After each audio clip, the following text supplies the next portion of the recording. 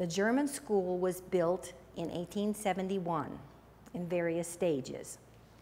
The second stage was built in 1884, the third in 1890, and the last in 1920.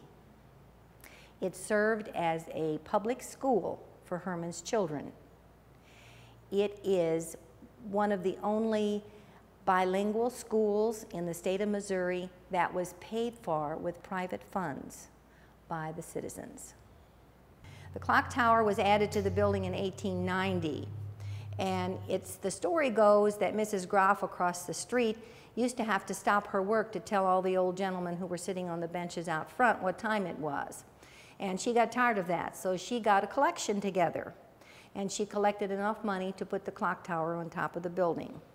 The clock was made by a company in St. Louis and installed in 1890 and has been hand wound ever since then.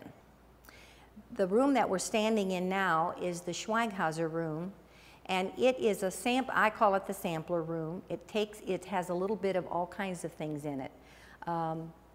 It's very unique. We originally put this room together to accommodate our handicapped friends. However, now we have an elevator, so our handicapped friends will be able to get all over the whole building. The next room that I would tell you about might be the L's room. We have a suite of furniture, bedroom furniture, that was made by a gentleman from Germany who had to pass a master craftsman test. So this furniture is all hand carved and it's lovely. We also in that room have a tool section that has tools that came to this country, were made in this country, came in 1849. Upstairs then we go to the Heritage Room. It was the first room in the museum, and so it is filled with lots of cases filled with various types of memorabilia.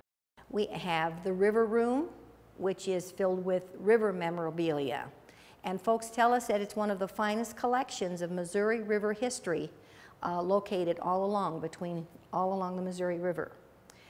We also have the Kinder Room that's filled with children's toys and all types of things that kids would play with. We have a lovely little carousel up there that actually operates. And then the last is the music room.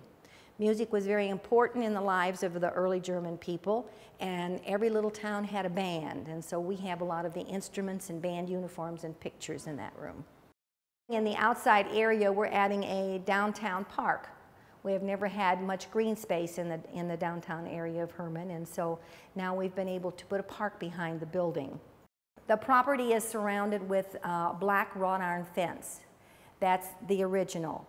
During the years, it was changed until it didn't resemble what was original, and it was our goal to put it back. So it's now once again a park and a play yard out back, and it's surrounded by the restored iron fence, which is absolutely beautiful now. The green space is very important, I think, because walking through this area, you will have a place now to sit down on a lovely park bench under the trees and enjoy the afternoon. We're probably the most architecturally sound building in Hermann. We also in this restoration have finished major tuck pointing of the whole building. It's a wonderful piece that speaks to the ingenuity of the German people.